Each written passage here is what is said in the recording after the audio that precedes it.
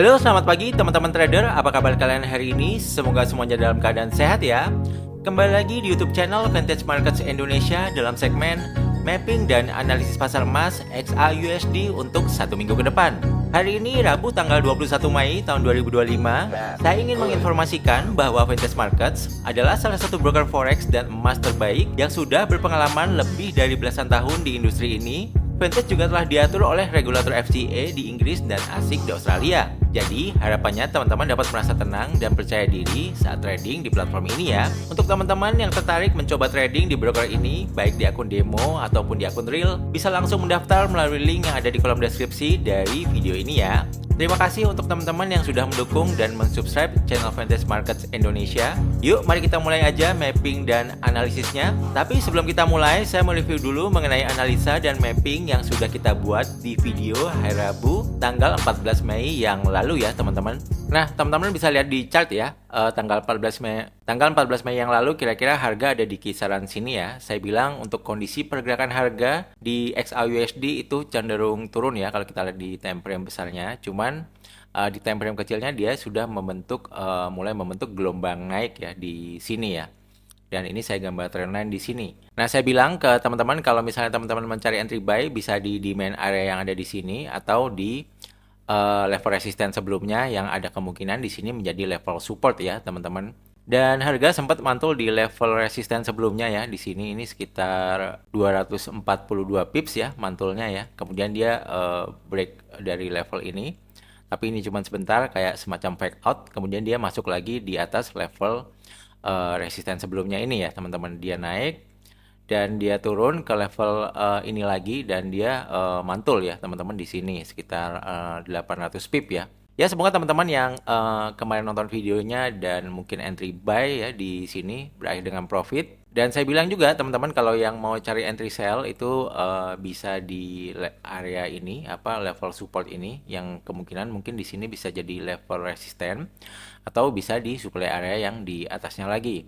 Atau kalau menggunakan indikator EMA 200 dan EMA 100 ya, yang warna hitam dan pink ini, teman-teman bisa cari entry sell di dekat EMA 200-nya ya, teman-teman. Dan karena di sini untuk arah trennya berdasarkan EMA ini arahnya turun, maka kita bisa cari entry sell sedekat mungkin EMA 200-nya. Dan pada saat harga naik di sini, ini waktu dekat EMA 200 ya, dia sempat mantul ya di sini ya. 981 pips ya. Dan kemudian dia naik di EMA 200 sini dia sempat mantul lagi sekitar 400 pip dan naik lagi dan di sini mantul lagi sekitar 390-an pip baru di sini dia breakout ya. Ya, semoga teman-teman yang mungkin juga entry di dekat-dekat EMA 200 ya, biasanya yang touch pertama kali ini kemungkinan besar dia memantul ya sesuai dengan arah trennya ya. Semoga teman-teman yang entry sell mungkin di area EMA 200 juga berakhir dengan profit ya. Nah, bagaimana untuk mapping dan analisis emas untuk satu minggu ke depan?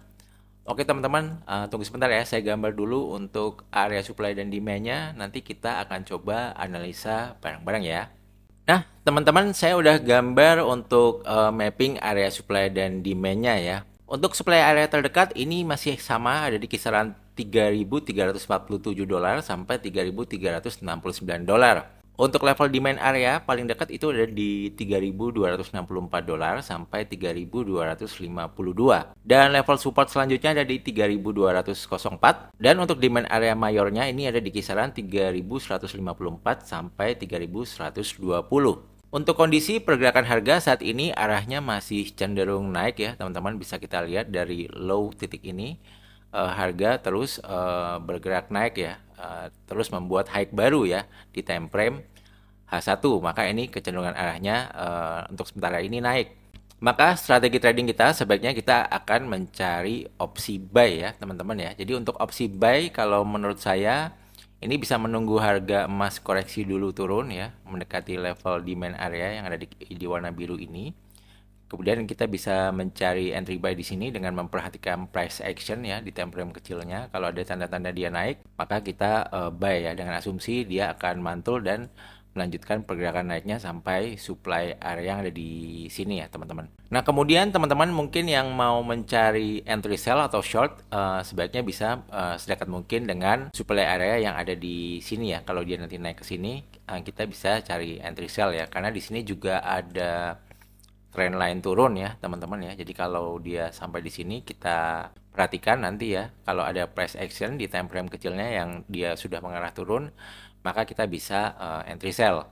Dan kalau kita lihat secara indikator ya, exponential moving average 200 dan 100 ya, yang warna hitam dan magenta ini sepertinya sudah mau cross up ya untuk EMA 100 ke 200-nya. Jadi ini arah trennya secara EMA juga bisa berubah naik. Dan kalau teman-teman nanti pakai indikator ini dan ini trennya berubah naik di time frame H1, maka kalau ada pergerakan turun di harga gold ya, itu akan menjadi peluang yang oke untuk kita cari entry buy ya.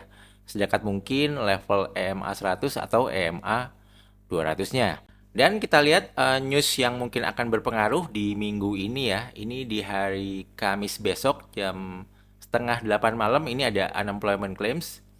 Ini diprediksi sedikit meningkat ya klaim penganggurannya. Kemudian di jam 8.45 malam ini ada flash manufacturing PMI dan flash service PMI ya. Tapi biasanya kita perhatikan yang sektor manufaktur aja ya. Ini diprediksi juga menurun, yang awalnya 50,2 ekspansi turun ke bawah 50 ya, 49,9.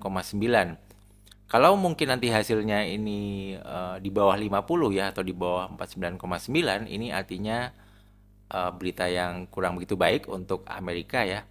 Karena sektor manufaktur mengalami kontraksi ya, teman-teman. Dan biasanya efeknya indeks dolar itu akan melemah dan efeknya nanti ke harga emas dia bisa lanjut bergerak naik lagi ya, teman-teman. Kemudian di jam 9 malam ada existing home sales ya. Ini diprediksi meningkat ya. Penjualan rumah existing ya, ini diprediksi sedikit meningkat. Kemudian penjualan rumah baru di hari Jumat jam 9 malam ini diprediksi mengalami sedikit penurunan ya. Kalau penjualan rumah baru mengalami penurunan, apalagi yang signifikan, itu sebetulnya kondisi ekonomi juga pastinya lagi kurang bagus di Amerika. Jadi mari kita perhatikan sama-sama ini nanti angkanya berapa ya. Kalau kita lihat angka actual yang paling rendah di sini 657K ya.